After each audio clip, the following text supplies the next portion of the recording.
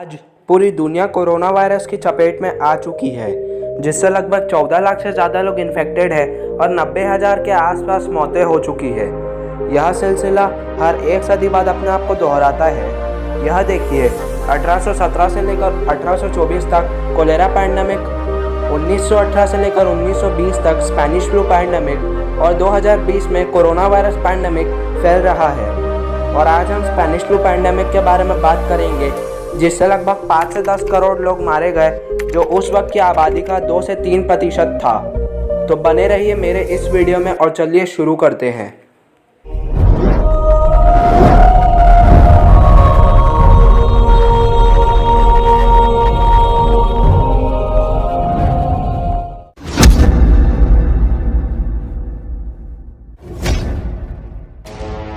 विश्व युद्ध मेनली 2 ताकतों के बीच लड़ा गया था, सेंट्रल पावर्स और एलाइड पावर्स।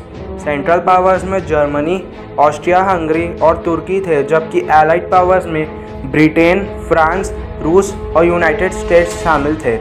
जर्मनी पश्चिम में ब्रिटेन और फ्रांस के साथ युद्ध लड़ रहा था। उस समय लड़ने का एक तरीका, जिसे कि ट्रेंच वॉरफेयर कहते हैं, बहुत फेमस था। आपने बॉर्डर मूवी तो देखी ही होगी। उसमें सैनिक एक गड्ढा खोदते हुए दिखाई देते हैं। कुछ इसी तरह का गड्ढा प्रथम विश्व युद्ध में भी खोदा जाता था, जिसमें घुसकर सैनिक लड़ते थे। उन गड्ढों में रहने वाले सैनिकों को बहुत ही बुरी कंडीशंस जैसे कि कीचड़ और कीटाणुओं का सामना करना पड़ता था। यह बीमारी उन सैनिकों को भी होने लगी। धीरे धीरे हजारों लाखों की तादाद में सैनिक बीमार पड़ने लगे।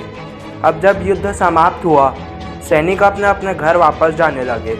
वे अपने साथ इस बीमारी को अपने साथ अपने देश ले जाने लगे। देखते ही देखते यह बीमारी पूरी दुनिया में फैलने लगी। 2014 की नेशनल ज्योग्राफिक की एक रिपोर्ट की माने तो यह वायरस चाइना में जन्म लिया। उस समय चाइना से हज़ारों की संख्या में लेबर्स को यूरोप ले जाया जाता था, जहां उनको पटरियाँ, सड़क, ट्रेंच और टैंक्स बनाना होता था। कुल मिलाकर 90,000 से ज़्यादा लेबर्स को यूरोप ले जाया गया। जो देश युद्ध लड़ रहे थे, उन्होंने अपनी प्रेस के ऊपर बहुत से रिस्ट्रिक्शन लगा रखे थे। वे न्यूज़पेपर में कुछ ऐसा छपने नहीं देना चाहते थे जिससे कि लोगों और सैनिकों का मनोबल कम हो। पर स्पेन एक न्यूट्रल कंट्री थी, जिसके कारण उनके यहाँ प्रिंट मीडिया पर कोई रिस्ट्रिक्शन नहीं थी। स्पेन का प्रिंट मीडिया बेहिसाब तरीके से इस बीमारी की रिपोर्टिंग कर रहा था, जिसके कारण दूसरे देशों को लगा कि इस फ्लू ने स्पेन में जन्म लिया है, पर यह बिल्कुल सच नहीं था।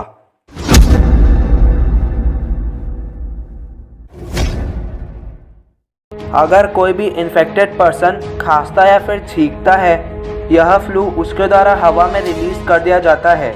और कोई भी हेल्दी पर्सन इस हवा को इनहेल करता है तो यह फ्लू उसे भी हो जाता है। कोई हेल्दी इंसान अगर ऐसी सरफेस को टच करता है जिस पर इस फ्लू के जर्म्स मौजूद हो और फिर उन्हीं हाथों से अपने चेहरे, मुंह, आँख या फिर नाक को टच करता है, तो यह फ्लू के जर्म्स उसे भी इन्फेक्ट कर देते हैं।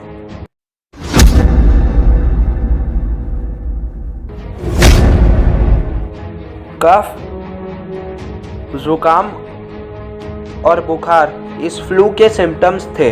पहली नज़र में यह किसी नॉर्मल बीमारी जैसा प्रतीत होता है और लोग इससे रिकवर भी हो जाते थे, लेकिन धीरे धीरे हालत बद से बदतर होते चले गए।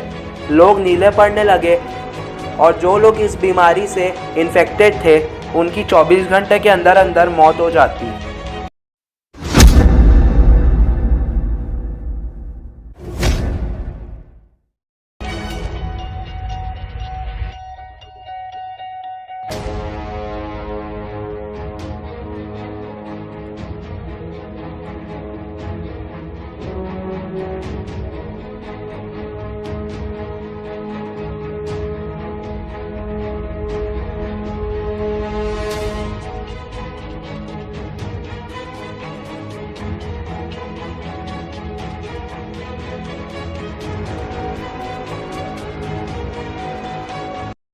अगर आपको मेरा यह वीडियो पसंद आया तो इसे लाइक और चैनल को सब्सक्राइब करना ना भूलें।